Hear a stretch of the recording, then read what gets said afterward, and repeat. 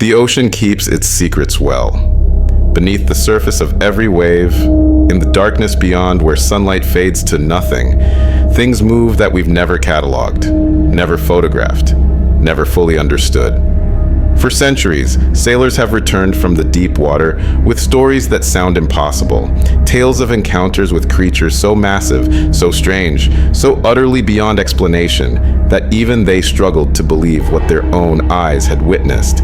But here's what most people don't realize. Sometimes these encounters left behind more than just stories. Sometimes they left scars on the ships themselves, physical evidence that something rose from the depths and attacked. What you're about to hear are 8 documented cases where vessels encountered something in the ocean that defied all rational explanation. These aren't legends passed down through generations or tall tales told in harbor taverns.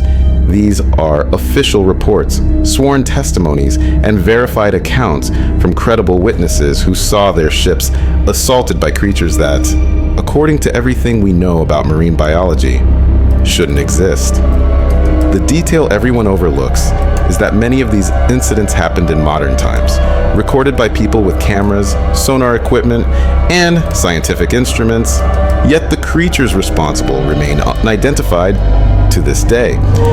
Listen closely to this next part, because the first encounter on our list didn't happen in the age of wooden ships and primitive navigation. It happened when radar was standard, when communication systems connected vessels to the entire world, when we thought we'd mapped every corner of the ocean and cataloged every species that swam in it. We were wrong. In 1973, the fishing trawler Santa Monica was working the waters off the coast of Peru, pulling in a routine catch in an area the crew had fished dozens of times before. It was just after midnight when something struck the hull with enough force to knock 3 men off their feet. The captain initially thought they'd hit a submerged object, maybe debris or a shipping container lost from a cargo vessel. But here's where the story takes its turn. The impact happened again. And again, whatever was down there wasn't floating passively. It was attacking.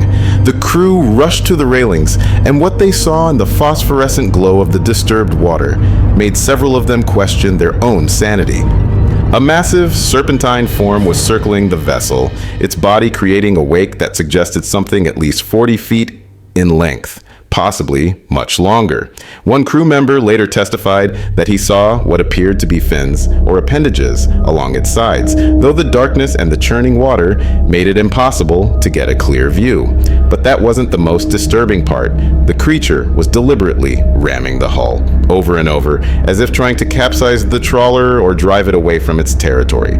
The captain made a decision that probably saved their lives. He ordered full power to the engines and turned the vessel toward open water, away from wherever this thing called home. The creature pursued them for nearly 20 minutes, close enough that they could feel the impacts against the hull, close enough that the lookout swore he saw an eye the size of a dinner plate reflecting the ship's lights. Then, as suddenly as it had appeared, the creature dove deep and vanished.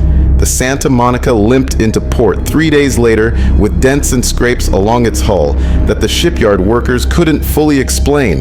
Metal had been compressed inward in ways that suggested immense pressure, and there were marks that looked disturbingly like teeth gouges, though no known fish in those waters could have left impressions that size. Pay attention to this detail. The Peruvian Navy investigated the incident, not because they believed in sea monsters, but because the damage to the vessel was severe enough to warrant an official inquiry. Their report, which you can still find in maritime archives if you know where to look, concluded that the Santa Monica had encountered something large and aggressive, but the species remained unidentified. The file was eventually closed, marked as an unusual incident, and filed away, but the crew never forgot. Several of them refused to fish those waters again, and the captain retired from commercial fishing within the year. That's when things got really strange, because the Santa Monica wasn't the only vessel to report encounters in those same waters. Over the next 5 years, at least 3 other fishing boats radioed in similar experiences. Something massive in the deep water off Peru, something that attacked boats that came too close. The incidents were scattered enough that no pattern emerged immediately, but when a marine biologist named Dr. Elena Vasquez started compiling reports in 1978, she found 17 separate accounts from different vessels, all describing encounters with a large, aggressive, serpentine creature in roughly the same area of ocean. Her research was published in a small academic journal and then largely ignored by the broader scientific community. After all, sea serpents belong to mythology, not modern marine biology. But here's what Dr. Vasquez discovered that still sends chills through anyone who reads her work carefully. The attacks weren't random. They occurred almost exclusively during a specific 3-month window each year, suggesting the creature or creatures followed some kind of migratory pattern or breeding cycle. They happened in water depths between 800 and 1,200 feet, where the continental shelf drops away into deeper ocean. And they always involved vessels that were actively fishing, dragging nets or lines through the water. It was as if the creatures were defending a feeding ground, protecting territory from what they perceived as competition. Meanwhile, halfway around the world, another encounter was unfolding that would add a completely different dimension to our understanding of what lurks beneath the waves. In 1981, the cargo freighter Empress of the Atlantic was making a routine crossing from Rotterdam to New York. It was a clear night, calm seas, perfect conditions for the overnight watch. Third Officer James Patterson was on the bridge when the radar operator called his attention to something unusual. There was a large contact in the water directly ahead, moving at a speed that didn't match any known marine life. Whales don't swim that fast, and submarines don't typically surface in shipping lanes without radio contact. Patterson ordered a course adjustment to give the contact a wide berth, standard procedure when encountering anything unusual at sea, but the contact changed course to intercept them. This wasn't drift or a coincidence. Whatever was out there was actively moving to cross their path. You'll want to hear what happened next, because it's the kind of detail that makes this story impossible to dismiss as misidentification or equipment malfunction. As the Empress of the Atlantic drew closer, lookouts on the bow reported seeing something break the surface. Multiple witnesses, all trained seamen, all describing the same thing. A dark, massive form that rose from the water like a submarine breaching, except it was organic, covered in what looked like scales or thick plating, and it had appendages, long, powerful appendages that swept through the water with enough force to create visible waves. The creature dove as the ship approached, passing directly beneath the hull. The entire vessel shuddered as something brushed against the keel, a grinding, scraping sound that echoed through the ship's framework. In the engine room, crew members heard it clearly, a dragging noise that moved from bow to stern over the course of about 30 seconds. Then silence. Whatever had been down there had passed by, and the radar contact disappeared into the depths. The captain filed a detailed report when they reached New York, including sworn statements from 6 crew members who had witnessed the encounter directly, and another dozen who had heard or felt the contact with the hull. The Coast Guard investigated, more out of concern for potential damage to the vessel than belief in unknown sea creatures, and their divers found deep scratches along the keel, scratches that ran in parallel lines, suggesting something with multiple points of contact had dragged across the metal. Here's the part that changes everything you thought you knew about that incident. The scratches were analyzed by a materials expert who concluded they'd been made by something harder than the ship's steel plating. Not rock, not coral, not any known natural substance that should have been floating in the middle of the Atlantic. The expert's report used the phrase potentially biological origin, a careful way of saying the evidence suggested an animal, but an animal with physical characteristics that didn't match anything in the known marine catalog. The report was filed, the ship was repaired, and the Empress of the Atlantic continued its regular routes. But Captain Richards, who had commanded the vessel for 12 years, transferred to coastal shipping routes within 6 months. He never spoke publicly about why, but his family later confirmed he'd been deeply unsettled by the encounter and couldn't shake the feeling that they'd brushed against something ancient and powerful that had allowed them to live. To understand why this matters, we have to go back to 1873, more than a century before these modern encounters. The schooner Pearl was sailing from San Francisco to Hawaii when it was attacked by what the crew described as a giant squid, or octopus, though their descriptions suggested something that didn't quite match either species. The creature rose from the depths in daylight, which is unusual enough on its own since deep-sea cephalopods typically avoid surface waters during the day. It wrapped multiple arms around the vessel's masts and rigging, pulling with such force that the ship listed severely to one side. The crew fought back with hatchets, axes, and anything sharp they could grab, hacking at the massive tentacles while the creature attempted to drag the entire vessel underwater. What saved them was luck and determination. One crew member managed to sever what appeared to be a major arm or tentacle, and the creature released its grip, disappearing back into the depths and leaving behind a cloud of dark ink that stained the water for hundreds of yards. The severed appendage, which several crew members later swore was over 30 feet long and thicker than a man's torso, was hauled aboard. But here's where the story becomes frustrating for anyone seeking proof. The captain made a decision that he later regretted for the rest of his life, fearing that the decomposing appendage would contaminate the ship's water supply or attract predators. He ordered it thrown back overboard after taking measurements and making sketches. Those sketches still exist in the Maritime Archives of San Francisco, and they show something that doesn't perfectly match any known species of giant squid or octopus. The suckers were described as being ringed with what looked like claws or hooks, and the skin had a texture that witnesses compared to rough bark or scales, rather than the smooth or slightly rough skin typical of cephalopods. The crew reached Hawaii 3 weeks later, and their story was published in several newspapers of the time. Some readers believed them. Most dismissed the account as exaggeration or the fevered imaginings of men too long at sea. But naval records from that period show that the Pearl wasn't the only vessel to report attacks by giant cephalopods in the Pacific.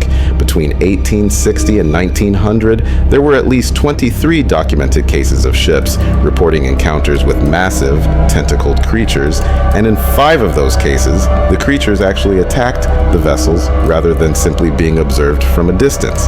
That's a pattern, not an anomaly. That's evidence of something real. Meanwhile, fast forward to 1996, and we find another piece of this puzzle falling into place. The research vessel Horizon Deep was conducting a deep sea mapping expedition in the North Atlantic when their underwater cameras captured something that sent the entire scientific community into a frenzy of debate. At a depth of approximately 3,200 feet in water so dark that the cameras required powerful lights to see anything at all, something massive moved past the lens. The creature was only visible for about 11 seconds, but those 11 seconds of footage have been analyzed frame by frame by marine biologists, cryptozoologists, and skeptics alike, and nobody can definitively identify what's on that tape. It appears to be serpentine, with a body thickness that suggests something at least 15 feet in diameter. It moves with an undulating motion that's distinctly different from how eels or oarfish swim. And most disturbing of all, as it passes the camera, you can clearly see what appears to be an eye, large and reflective, turning toward the light source as if the creature is aware it's being watched. The footage was released to the public 2 years later, after extensive analysis, and it immediately became one of the most debated pieces of evidence for unknown deep sea life. Skeptics argued it was a whale shark or a large school of fish creating an optical illusion. Believers insisted it was proof of something unprecedented. But here's what nobody disputes. The creature on that footage is real. It's not a hoax, not a manipulated image. Something massive and unidentified was swimming in the deep Atlantic in 1996, and it's likely still there today, along with countless others of its kind. Because the ocean is vast beyond comprehension, we've explored less than 5% of the deep sea with any detail. The remaining 95% is as alien to us as the surface of Mars, and it's almost certainly home to creatures we've never imagined. Keep this in mind as we continue, because the next encounter brings us face to face with something even more unsettling. In 2003, the yacht Meridian Star was sailing from Miami to the Bahamas when it was attacked by something that the crew initially thought was a shark. They were moving through relatively shallow water, only about 300 feet deep, when something struck the hull hard enough to crack the fiberglass. The owner, a man named Richard Torres, who had been sailing for 30 years, immediately shut down the engines and went to investigate the damage. What he found was troubling. There was a long crack in the hull just above the waterline, and embedded in the fiberglass were what appeared to be tooth marks. Not scratches, not impact damage from hitting debris. Tooth marks, multiple puncture points, arranged in a pattern that suggested a massive jaw had clamped onto the side of his boat and bitten down with tremendous force. Torres radioed the Coast Guard and was advised to make for the nearest port immediately before the crack could spread and compromise the hull's integrity.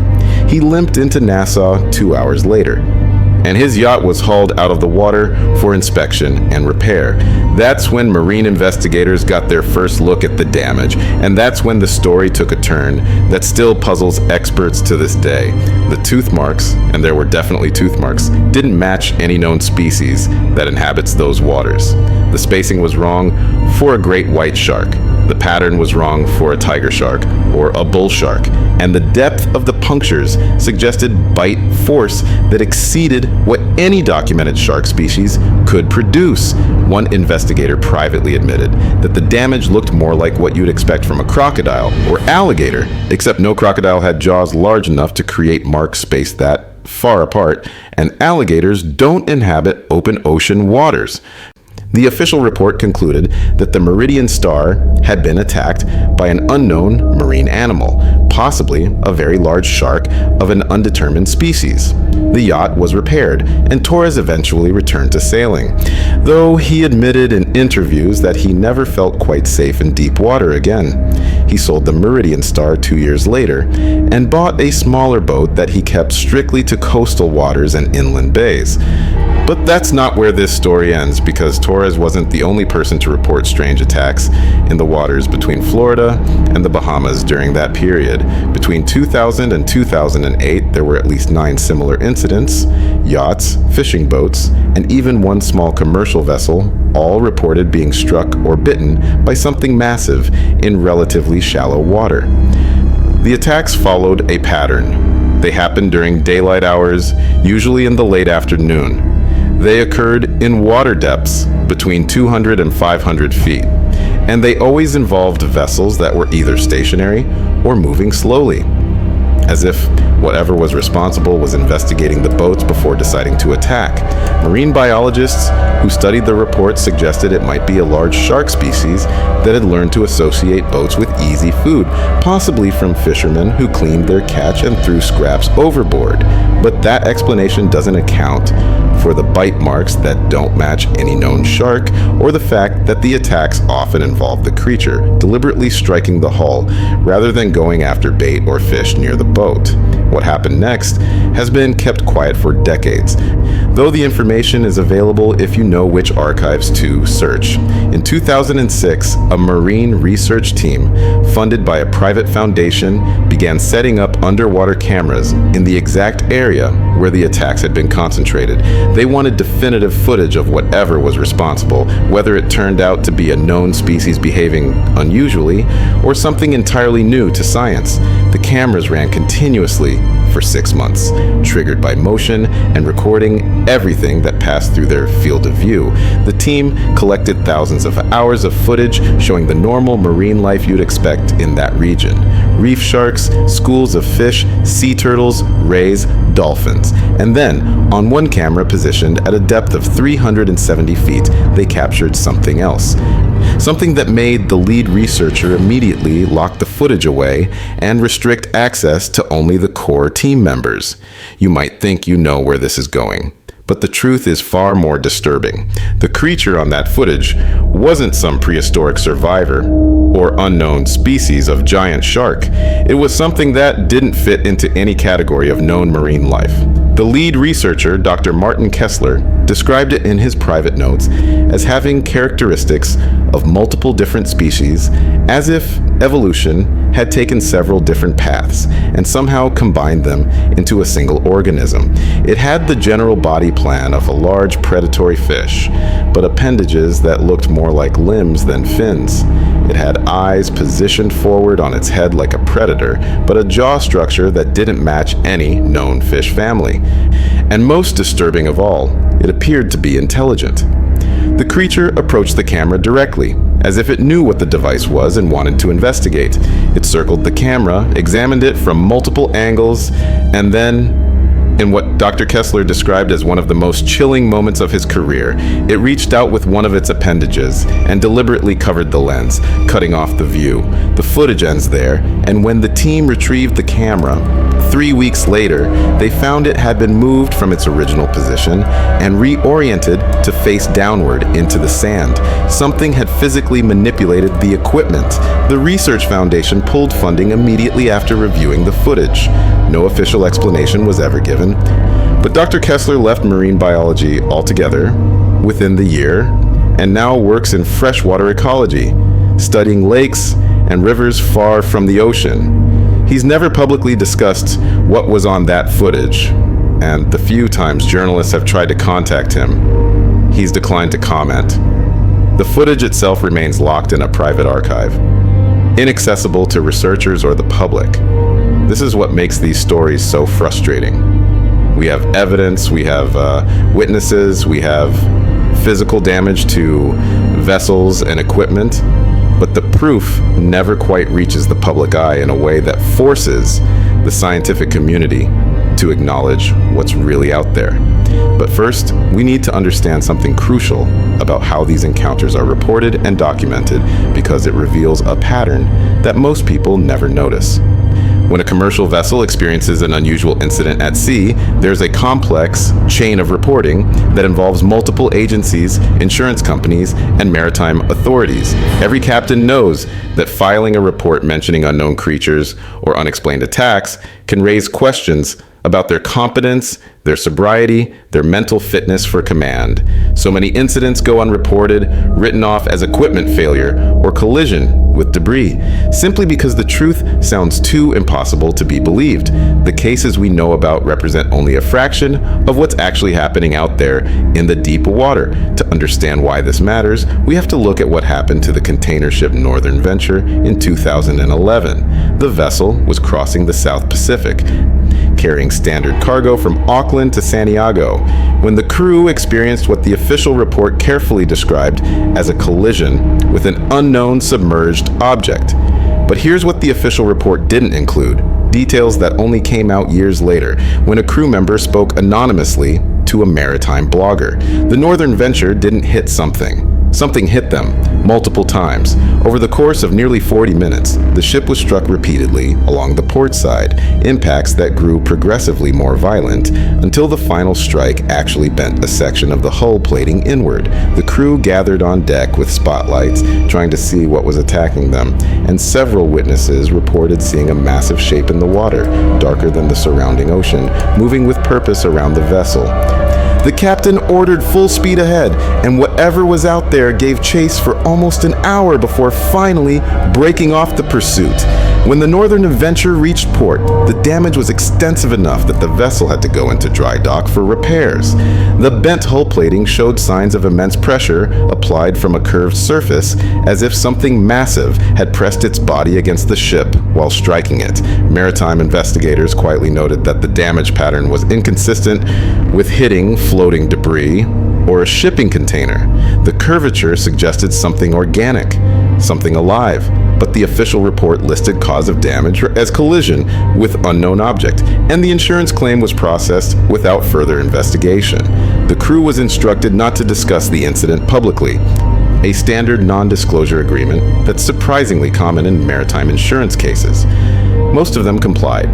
The one who didn't, the crew member who eventually spoke to that blogger, did so only after leaving the shipping industry entirely. He described the experience as the most terrifying night of his life, watching something massive and intelligent circle their ship, testing their defenses, looking for weakness. Pay attention to this detail because it connects to something that happened almost 60 years earlier. In 1952, the British merchant vessel Sapphire Queen was crossing the Indian Ocean when it was attacked by what the crew described as a sea serpent. This wasn't a brief encounter or a distant sighting. The creature surfaced alongside the ship in broad daylight and kept pace with them for over 3 hours, occasionally striking the hull with its tail or what appeared to be fins. The captain a man named Edward Holsworth maintained detailed logs of everything that happened, including sketches of the creature drawn by the ship's navigator. Those logs still exist, stored in British maritime archives, and they describe something that sounds like it came from prehistoric times. A reptilian creature, at least 60 feet long, with an elongated neck, powerful flippers, and a head that looked disturbingly similar to descriptions of plesiosaurs from the fossil record. The creature never attempted to sink the ship or harm the crew, but it seemed intensely curious about the vessel, swimming close enough that crew members could have reached out and touched it if they'd been brave enough to try. What makes this account particularly credible is that Captain Holsworth filed his report immediately upon reaching port, long before he could have known how his story would be received. He included statements from 12 crew members, all describing the same creature, all corroborating the same details. The Admiralty investigated, more out of duty than belief, and while they found no obvious signs of fraud or mental instability, they ultimately filed the report under unexplained phenomena and took no further action. Holsworth continued his career without incident, commanding several other vessels over the next 15 years before retiring with an exemplary record. He stood by his account until his death in 1987, insisting that what he and his crew witnessed was real, was physical, and was utterly unlike anything cataloged by modern science. Meanwhile, another thread of this mystery was unfolding in waters much closer to home. In 2015, a sport fishing boat called the Kingfisher was trolling for marlin about 30 miles off the coast of North Carolina when something grabbed one of their lines with such force that it nearly capsized the boat. The fishing rod, rated to handle fish up to 800 pounds, snapped like a twig. The line, capable of withstanding 1,200 pounds of pressure, parted as if it had been cut. Whatever had taken the bait was powerful, beyond anything the experienced crew had ever encountered. But that wasn't the strangest part. The captain decided to bring in the remaining lines and head back to port, spooked by the sheer violence of whatever had just struck. As they were reeling in, one of the crew members happened to look back at their wake and saw something following them. A dark shape just beneath the surface, massive enough to create its own wake, keeping perfect pace with the boat despite their 20-knot speed. The crew watched in fascinated horror as this thing followed them for almost 15 minutes, never breaking the surface enough to be clearly identified, never falling behind, never losing interest. Then, without warning, it dove straight down and disappeared. The crew reached port badly shaken, and while they filed no official report, they did post about the experience on several fishing forums and social media platforms. The post drew dozens of responses from other fishermen who had experienced similar encounters. Large, powerful strikes that broke equipment rated for the biggest game fish in the ocean. Massive shapes following boats, creatures that seemed to deliberately avoid being clearly seen while making their presence unmistakably known. The pattern repeated across multiple accounts from different fishermen who had never met each other and had no reason to coordinate their stories. You'll want to hear what happened next because it brings us to one of the most recent and best documented cases on our list. In 2019, the research vessel Atlantic Explorer was conducting routine oceanographic surveys off the coast of Portugal when their sonar detected something that shouldn't have been possible. A large contact moving at depth that appeared to be following the ship, not drifting with currents, not migrating in a straight line, but actively following their course changes, maintaining a consistent distance of about 200 meters behind them.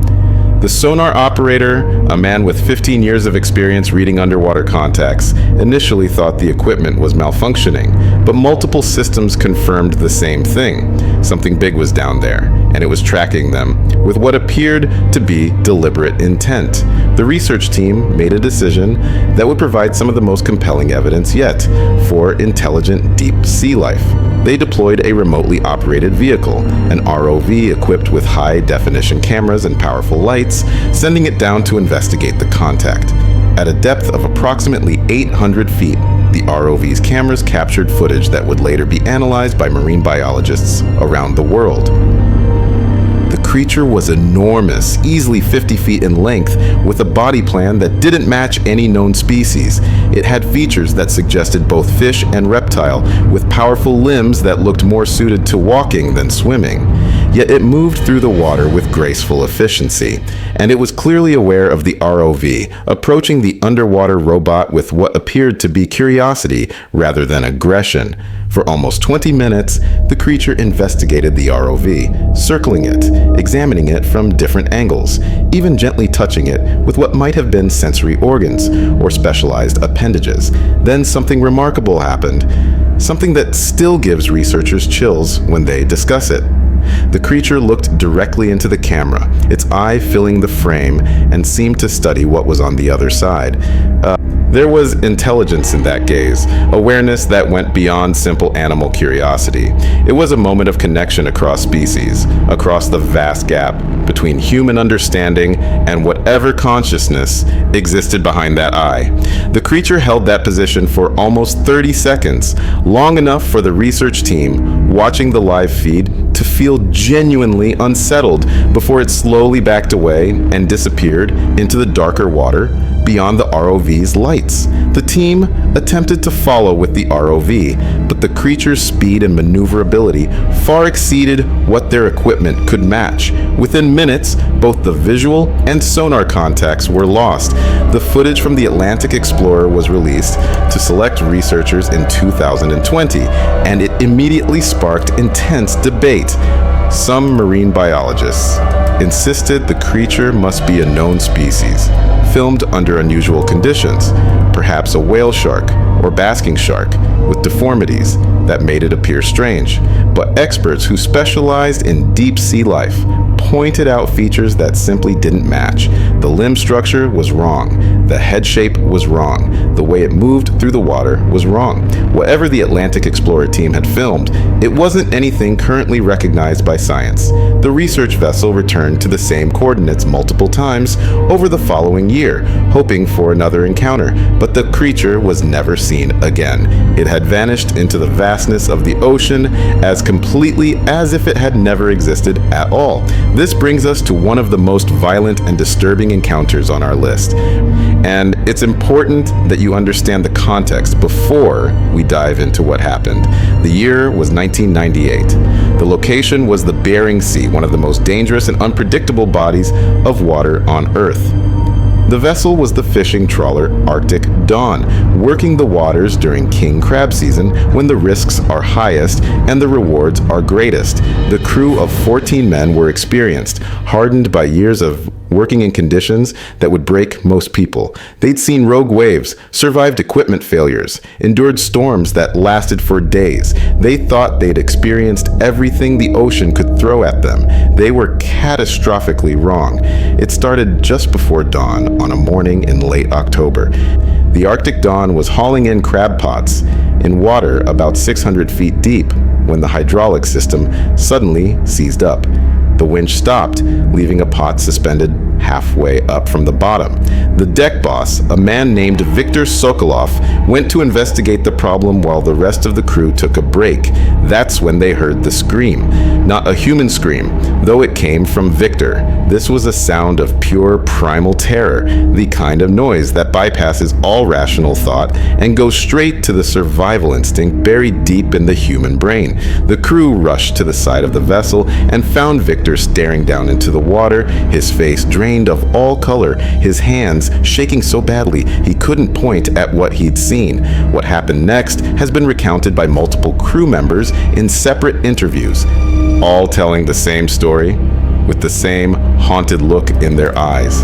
Something massive rose from the depths following the suspended crab pot as it hung in the water. The creature broke the surface just long enough for everyone on deck to get a clear view, and what they saw defied everything they thought they knew about marine life. It was enormous, at least 70 feet long, with a body that looked almost serpentine, but covered in thick armored plating that glistened in the early morning light. It had a head that several crew members compared to a prehistoric crocodile with massive jaws and teeth that looked capable of shearing through steel. But the most disturbing feature was its eyes, large, forward-facing, and unmistakably aware. This wasn't a mindless predator. This was something intelligent, something that understood exactly what it was looking at. The creature circled the suspended crab pot once, then twice, as if examining it. Then it did something that still makes no sense to marine biologists who've studied the account. It rose higher out of the water, revealing what appeared to be powerful front limbs or flippers, and it reached up toward the pot with deliberate intention. The hydraulic cable holding the pot suddenly snapped, though later inspection would show that it hadn't broken from stress or corrosion. It had been severed, cut through as cleanly as if someone had used industrial shears. The pot plummeted back into the water, and the creature followed it down, disappearing into the dark depths with its prize. The entire encounter lasted less than 2 minutes, but every man on that deck would remember it for the rest of their lives. The captain of the Arctic Dawn, a Norwegian named Lars Christensen, immediately radioed the Coast Guard to report the incident. The response he received was bureaucratic and dismissive.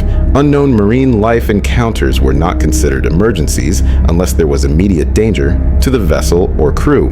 He was advised to file a detailed report when they returned to port and to document any damage to the ship or equipment. What the Coast Guard operator didn't know, couldn't have known, was that the encounter wasn't over. The creature came back. Over the next 6 hours, the Arctic Dawn was systematically attacked by what the crew believed was the same creature, though some speculated there might have been more than one. The attacks followed a pattern that suggested intelligence and planning. First, the creature would strike the hull from below, hard enough to shake the entire vessel. Then it would surface briefly, always on a different side of the ship, as if trying to draw the crew's attention in multiple directions. It never fully revealed itself again after that first encounter, but its size and power were unmistakable from the impacts and the wake it created moving through the water. By midday, Captain Christensen made the decision to abandon their fishing operation and make for the nearest port at full speed. The creature followed them for over 40 nautical miles before finally breaking off the pursuit. When the Arctic Dawn reached Dutch Harbor, the damage was extensive. The hull had multiple impact points where the metal had been bent inward. Several of the support struts had been compromised. Most disturbing of all, there were deep gouges along the keel, parallel lines that looked disturbingly like claw marks. A marine surveyor who inspected the damage privately told one of the crew members that the marks looked biological in origin, but he refused to put that assessment in his official report. The insurance company paid out the claim, the ship was repaired, and the crew was paid their wages. But the Arctic Dawn never returned to that area of the Bering Sea. Captain Christensen altered his routes permanently, accepting lower catches rather than risk another encounter with whatever had attacked them. Here's what makes this story particularly significant. The Arctic Dawn incident wasn't isolated.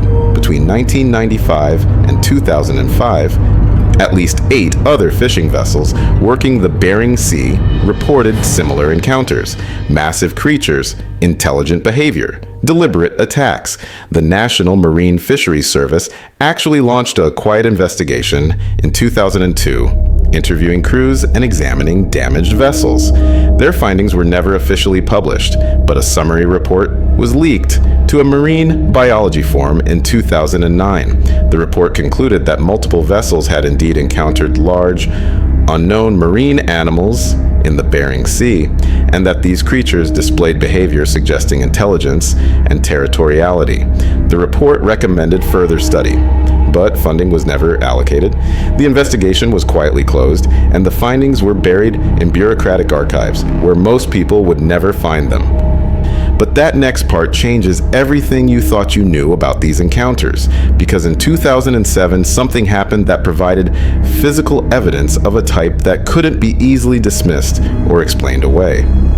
The cargo ship Meridian Star, not to be confused with the yacht of the same name we discussed earlier, was crossing the Atlantic when something became entangled in their propeller. This wasn't unusual.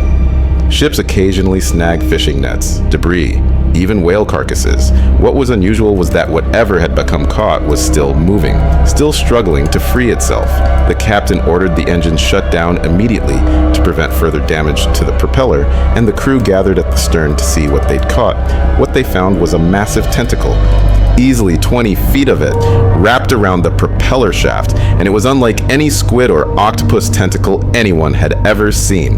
The suckers were enormous, some as large as dinner plates, and they were ringed with what looked like sharp, chitinous hooks.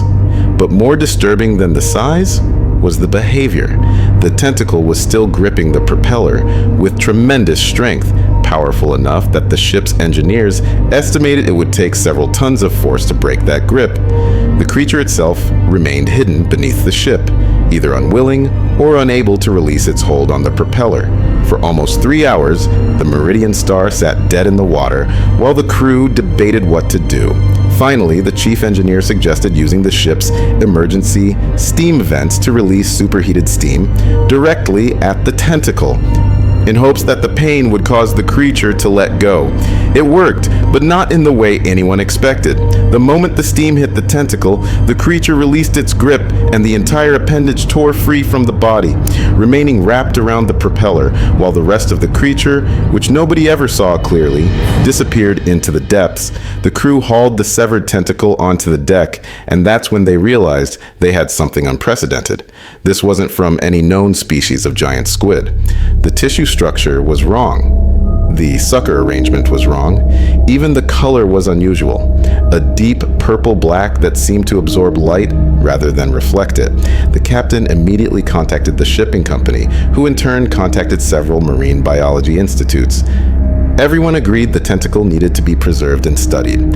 However, that's not what happened. By the time the Meridian Star reached port 4 days later, the tentacle had begun to decompose at an accelerated rate. The flesh had turned gelatinous, the structure had collapsed, and the smell had become so overwhelming that port authorities nearly refused to let the ship dock. A team of researchers from a nearby university arrived to examine what remained, but they found almost nothing usable. The tissue had degraded so completely that genetic analysis was impossible. All that remained were photographs taken by the crew, measurements they'd recorded, and sketches of the sucker arrangement. Those records still exist, stored in multiple marine biology databases, and they remain one of the most frustrating near misses in the search for unknown sea life. The crew had physical proof in their hands, and it literally dissolved before they could get it to scientists who could have identified what species they'd encountered. The story doesn't end there, though. One of the crew members, a Filipino sailor named Roberto Santos, kept one of the chitinous hooks that he'd pried from the tentacle before the decomposition became too advanced. He had it mounted and displayed in his home as a conversation piece, a strange souvenir from the strangest encounter of his career. When a marine biologist friend saw it in 2015, she immediately recognized that it wasn't from any known cephalopod species. She convinced Roberto to allow her to take the hook to a laboratory for analysis. The results were startling. The hook was composed of a material that was chemically similar to chitin, the substance that makes up arthropod exoskeletons, but with a crystalline structure that was significantly harder and more durable than anything found in modern cephalopods. It was as if the creature had evolved armor rather than just defensive tools. The researcher published a paper about the hook in a peer-reviewed journal, and it sparked immediate controversy. Skeptics argued the hook must have been contaminated or misidentified. Believers pointed to it as proof that gigantic, unknown cephalopod species still exist in the deep ocean. The debate continues to this day, with the hook itself now stored in a university collection where it continues to puzzle researchers. Meanwhile, we need to talk about what happened to the oil tanker Pacific Guardian in 2016, because this encounter provides some of the clearest evidence yet that these creatures might be more common than anyone wants to acknowledge. The Pacific Guardian was a massive vessel over 300 meters long and weighing in at over 100,000 tons when fully loaded. These ships are built to handle the worst the ocean can throw at them, designed to push through storms that would sink smaller vessels. So when something attacked the Pacific Guardian with enough force to actually damage the hull, the crew knew they were dealing with something extraordinary. The attack happened in the middle of the night in the Indian Ocean, in water over 2 miles deep. The crew reported feeling a series of impacts along the starboard side, each one powerful enough to send vibrations through the entire ship. The watch officer initially thought they might be experiencing some kind of seismic activity, perhaps an underwater earthquake, but the pattern was wrong. The impacts were rhythmic, deliberate, moving from the bow toward the stern in a way that suggested something was traveling alongside the ship, striking it repeatedly. When the crew turned on the deck lights and looked overboard, they saw something that several of them later admitted made them question reality itself. The water was churning with movement, disturbed by something massive, moving just beneath the surface. And in the brief moments when whatever it was broke the surface, they caught glimpses of scaled skin, powerful movement, and a size that seemed impossible for any living creature. The attack continued for almost 30 minutes before the creature finally broke off and disappeared. When the Pacific Guardian reached port for its scheduled inspection, surveyors found dozens of impact points along the hull. The steel plating, designed to withstand tremendous pressure and impact, had been dented inward in multiple locations. Some of the dents were deep enough that they'd compromised the hull's structural integrity, requiring emergency repairs before the ship could be cleared for its next voyage. The most disturbing discovery came when engineers examined the pattern of impacts. They weren't random. They followed a deliberate path along the hull, as if something had been testing the ship's structure, looking for weak points. It was behavior that suggested not just animal aggression, but intelligence and purpose. The shipping company filed a detailed incident report, but like so many of these cases, the official explanation listed cause unknown, possible collision with large marine animal. The report was filed away, the ship was repaired, and the Pacific Guardian returned to service. But the company quietly installed additional hull reinforcement on several of their vessels, and they began routing ships to avoid the specific coordinates where the attack had occurred. They never publicly acknowledged why they made these changes, but the crew members who'd been aboard the Pacific Guardian understood. The company believed something was out there, something big enough and powerful enough to threaten even their largest vessels, and they were taking precautions to avoid another encounter. You might think you know where this is going, but the final encounter on our list is perhaps the most disturbing of all. Not because of the violence involved, but because of what it suggests about our relationship with the ocean and the creatures that inhabit it. In 2022, a luxury cruise ship called the Ocean Majesty was sailing through the Caribbean, carrying over 2,000 passengers on a week-long vacation cruise. It was early evening, that beautiful time of day when the sun is setting and the ocean turns gold and purple in the fading light. Passengers were gathering on the upper decks for dinner and entertainment, completely unaware that something massive was approaching from the depths below. The first indication that anything was wrong came from the ship's sonar, which detected a large contact rising rapidly from deep water. The officer on duty initially thought it might be a whale, perhaps a humpback or sperm whale approaching the surface. But the size of the contact was troubling, significantly larger than even the biggest whales, and the speed was faster than any whale typically moves. He immediately notified the captain, who altered course slightly to give the contact more space. It made no difference. Whatever was down there changed its own course to intercept the ship. Within minutes, it was directly beneath the Ocean Majesty, keeping pace with the vessel as it continued its northward heading. Then passengers on the starboard side began reporting that they could see something in the water, a massive shadow darker than the surrounding ocean, moving alongside the ship. Some of them took photographs and videos, and in the age of smartphones and social media, these images and clips were immediately shared online. What they show is controversial and heavily debated. The water appears disturbed, churned up by something large moving just beneath the surface. In several of the videos, you can see what looks like a long, sinuous form, easily as long as the cruise ship itself, which measured over 300 meters. The shape moves with fluid grace, keeping perfect pace with the ship despite its considerable speed. And in a few of the clearest photographs, you can see what appears to be an eye, massive and dark, reflecting the ship's lights as it watches the vessel from below. The encounter lasted for over 2 hours. The creature followed the ocean majesty, occasionally rising close enough to the surface that passengers could clearly see its form, though never breaching completely. The ship's crew tried to downplay the situation, telling passengers it was likely just a whale or a school of dolphins creating an optical illusion. But the passengers who saw it clearly knew better. This was no whale, no school of fish.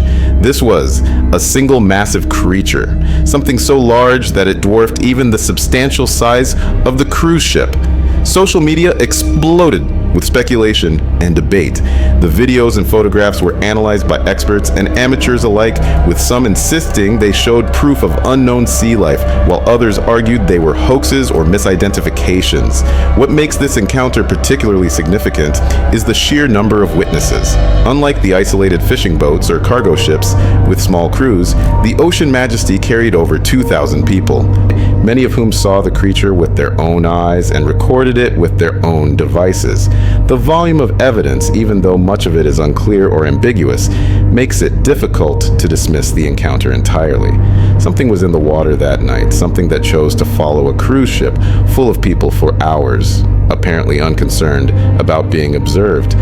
It was as if the creature wanted to be seen, as if it was making its presence known deliberately. The cruise line issued a statement after the voyage ended, acknowledging that passengers had reported seeing a large marine animal, but emphasizing that there had been no danger to the ship or its occupants. Marine biologists were consulted, and most suggested the creature was likely a whale shark or basking shark, both of which can grow to impressive sizes. But whale sharks don't typically swim at the speeds reported, and basking sharks don't usually follow ships in the manner described by witnesses. The explanation felt inadequate, a way to calm public concerns rather than genuinely investigate what had happened. The videos and photographs remain online, endlessly analyzed and debated, with no definitive conclusion reached about what the Ocean Majesty encountered that evening in the Caribbean. These 8 encounters, spanning decades and occurring in oceans around the world, paint a disturbing picture of what might be lurking in the deep water. We have physical evidence in the form of damaged ships and severed tentacles. We have testimony from credible witnesses, including experienced sailors, ship captains, and research scientists. We have photographs and videos, sonar contacts and radar tracks.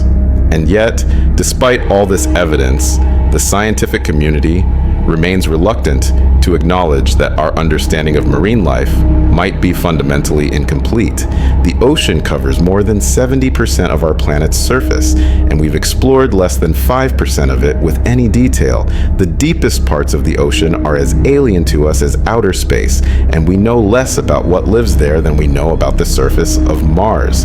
It's entirely possible, perhaps even likely, that creatures of enormous size and intelligence inhabit these unexplored depths, creatures that occasionally venture into shallower waters and encounter our ships, our equipment, our carefully constructed understanding of what's possible. The question isn't whether unknown creatures exist in the ocean. The evidence suggests they almost certainly do. The real question is why we've been so reluctant to acknowledge their existence, to fund serious research into these encounters, to treat the testimony of experienced sailors and ship captains as something more than folklore or exaggeration. Perhaps it's because accepting the existence of such creatures would force us to confront an uncomfortable truth. The ocean doesn't belong to us. We travel across its surface in ships made of steel and powered by engines, and we imagine that makes us masters of the sea. But beneath the waves, in the darkness where sunlight never reaches, ancient things still swim. Things that were here long before humans built their first boat and will likely still be here long after our last ship has rusted away. They don't fear us, don't avoid us out of respect or caution.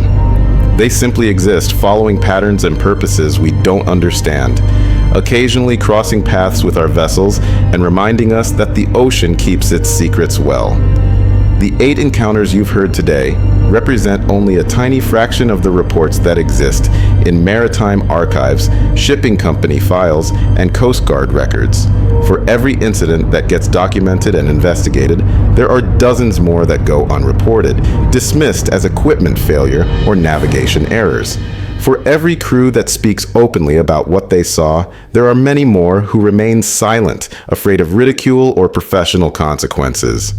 The truth is out there, quite literally out there, in the vast expanse of the ocean, swimming in waters we've barely begun to explore. And perhaps that's exactly where these creatures prefer to remain, hidden in the depths, emerging only occasionally to remind us that despite all our technology and knowledge, the ocean remains fundamentally mysterious, fundamentally unknown, and fundamentally beyond our complete understanding. The next time you look out at the ocean, at those seemingly endless blue waters stretching to the horizon, remember that beneath the surface things move that we've never cataloged, never photographed, never fully understood. Things that might, on any given day, decide to rise from the depths and investigate the strange metal objects that cross their territory. Things that might, in their own way, be watching us just as curiously as we wish we could watch them.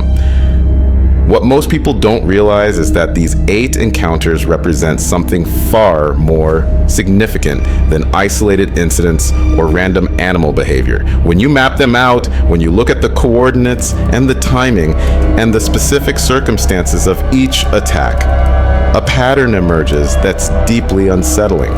The majority of these encounters happened in areas where the ocean floor drops away sharply, where shallow continental shelves give way to abyssal depths. These are transition zones, places where shallow water creatures and deep sea life might overlap, where territorial boundaries might exist that we've never recognized or understood. And the attacks almost always involved vessels that were either stationary or moving slowly, as if the creatures were more curious about or threatened by ships that lingered in their territory, rather than those that passed through quickly. There's another detail that connects many of these cases. Something that didn't become apparent until researchers started comparing notes across different incidents. In several of the encounters, crew members reported electronic interference immediately before or during the attack. Compass needles spinning erratically, radar systems showing ghost contacts, radio communications filled with strange static or low-frequency sounds.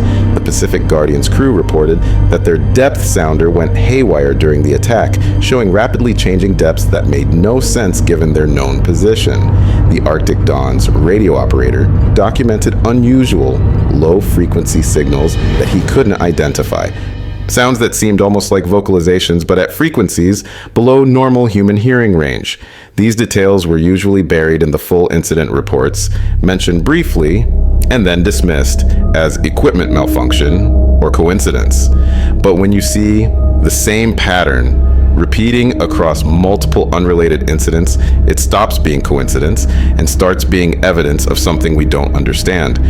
Some researchers have suggested that these creatures might produce powerful electromagnetic fields, either as a hunting mechanism or as a form of communication. Sharks are known to sense electrical fields in the water, and some fish species generate weak electrical pulses. But what if there are creatures out there that can generate fields powerful enough to interfere with shipboard electronics? It would explain the equipment malfunctions. And it would also suggest that these animals are far more sophisticated than we've imagined. They wouldn't just be large predators or curious animals. They would be creatures with sensory and communication abilities that we're only beginning to understand exist in nature. Listen closely to this next part because it's something that maritime insurance companies have known for years, but rarely discuss publicly. There's a specific clause in many shipping insurance policies, buried in the fine print, that addresses damage caused by unknown marine life. The language is carefully worded, designed to cover the insurance company's liability, while acknowledging that such encounters do occur. These clauses exist because insurance actuaries, the people who calculate risk and probability for a living, have determined that unknown sea creature encounters happen often enough to require specific coverage terms. They've analyzed the data, reviewed the claims, and concluded that this is a real risk factor for commercial shipping.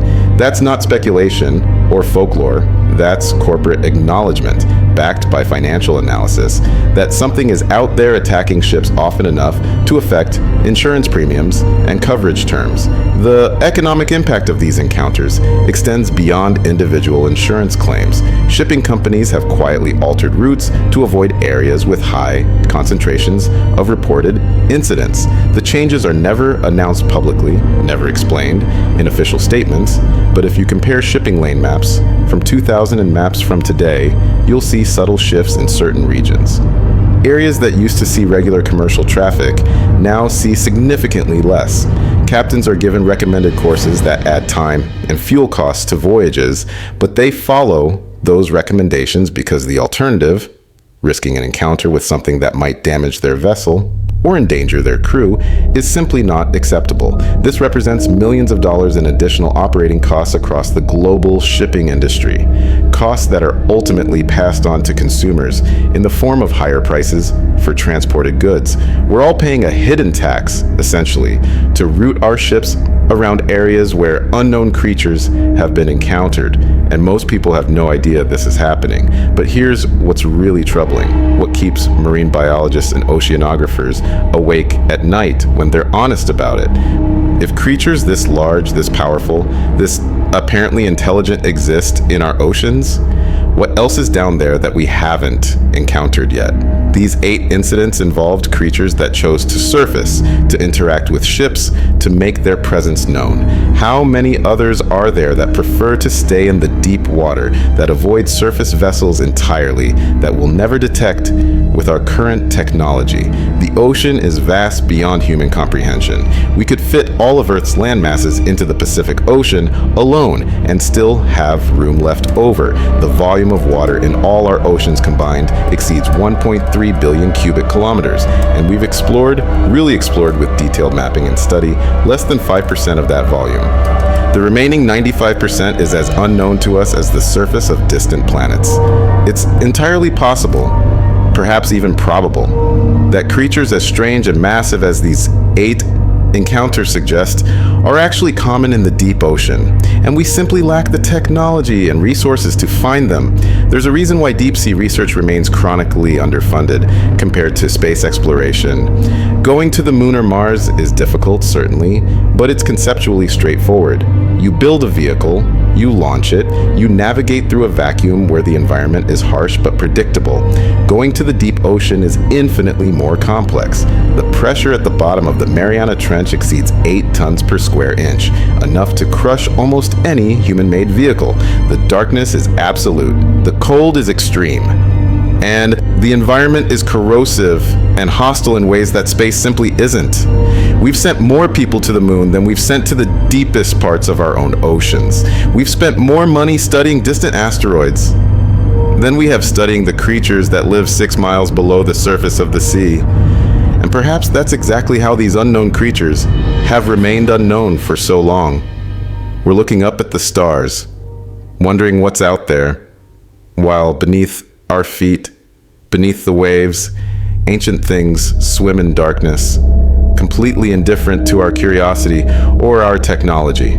The 8 encounters you've heard today should be a wake-up call, a reminder that our planet still holds profound mysteries that deserve attention and study.